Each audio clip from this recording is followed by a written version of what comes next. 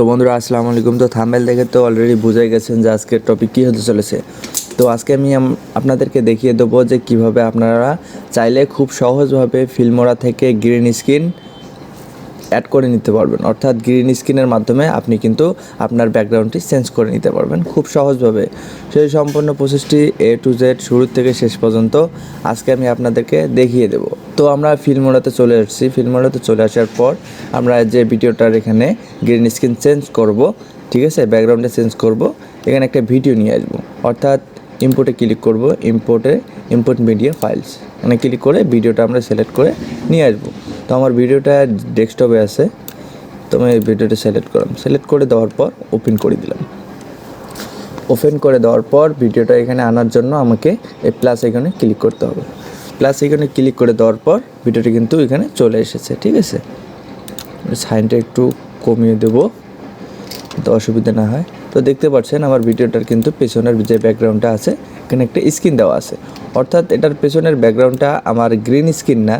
অর্থাৎ আমি আপনাদেরকে একটু কথা বলে নিই, আপনার যদি গ্রিন স্ক্রিন না হয়, যে ধরনের স্ক্রিন হোক না কেন, যদি স্ক্রিনটি এক কালারের হয়ে থাকে তাইলে কিন্তু আপনি সেটি রিমুভ করে অন্য একটা ব্যাকগ্রাউন্ড আপনি বসাতে পারবেন। আপনার ব্যাকগ্রাউন্ড স্ক্রিনটি কিন্তু এক কালার হতে হবে, গ্রিন স্ক্রিন হোক অথবা অন্য কোনো কালারের হোক।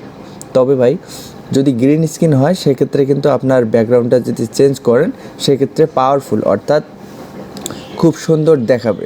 অর্থাৎ কেউ বুঝতেই পারবে না যে আপনি আপনার ব্যাকগ্রাউন্ডে চেঞ্জ করেছেন। গ্রিন স্ক্রিন এই কারণে অনেকেই ব্যবহার করে থাকে, ঠিক আছে।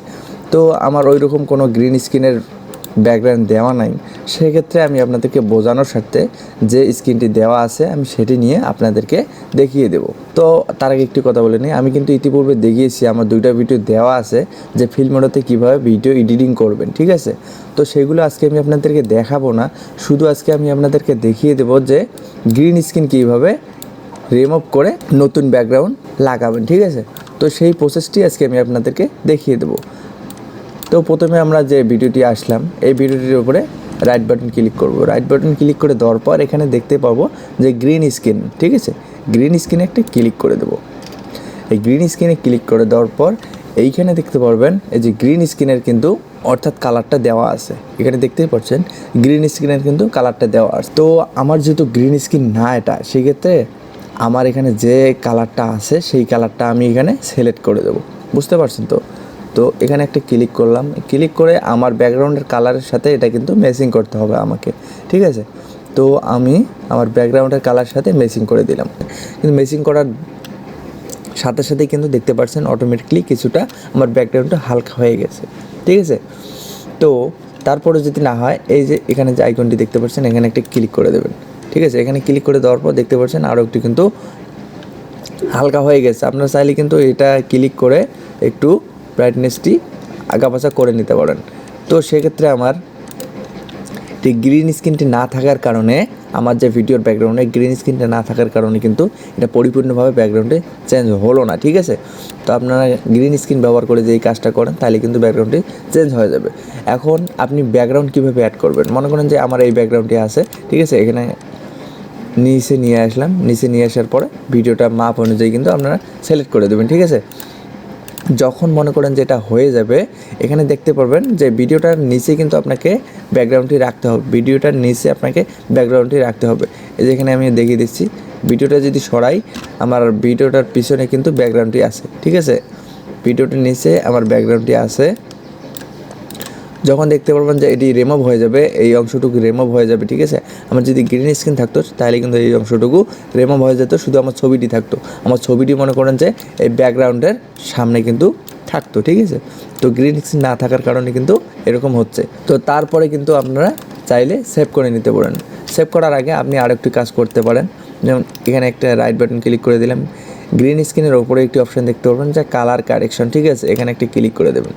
এখানে ক্লিক করে দেওয়ার পর এখানে এই যে প্রেজেন্ট, ঠিক আছে, প্রেজেন্টে ক্লিক করে দেওয়ার পর এখানে দেখতে পাবেন যে অনেকগুলো ইফেক্ট দেওয়া আছে, অর্থাৎ ফিল্মোরার ফ্রি ইফেক্টগুলো আছে। আপনারা চাইলে কিন্তু এভাবে আপনারা ব্যবহার করতে পারেন, ঠিক আছে। এখানে একটি করে আপনারা চালিয়ে নিতে পারবেন, দেখতে পাচ্ছেন। আপনার যে ইফেক্টটি ভালো লাগে আপনি সেই ইফেক্টটি কিন্তু এখানে ইউজ করতে পারবেন ফ্রিতে, কোনো ধরনের সমস্যা হবে না। এখানে দেখতে পাচ্ছেন অনেক ধরনের ইফেক্ট কিন্তু এখানে দেওয়া আছে, সাদা কালো থেকে শুরু করে রঙিন, ঠিক আছে, অনেক কয়টা কালার এখানে দেওয়া আছে। আপনি চাইলে কিন্তু এগুলো আপনি ফ্রিতে ব্যবহার করতে পারেন।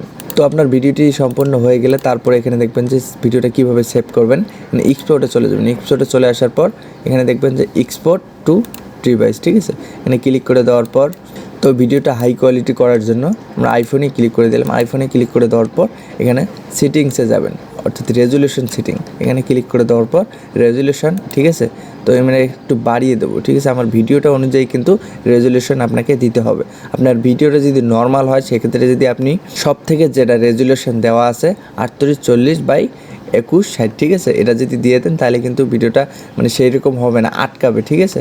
সেক্ষেত্রে আপনাকে আপনার ভিডিও অনুযায়ী আপনার ভিডিওটা যদি মিডিয়াম কোয়ালিটি হয় সেক্ষেত্রে দেখবেন যে 1920x1080 এটাতে ক্লিক করে দেবেন। এখানে ক্লিক করে দেওয়ার পর দেখতে পাচ্ছেন যে ঘুরে কিন্তু চলে গেছে। তারপরে ওকে করে দেবেন।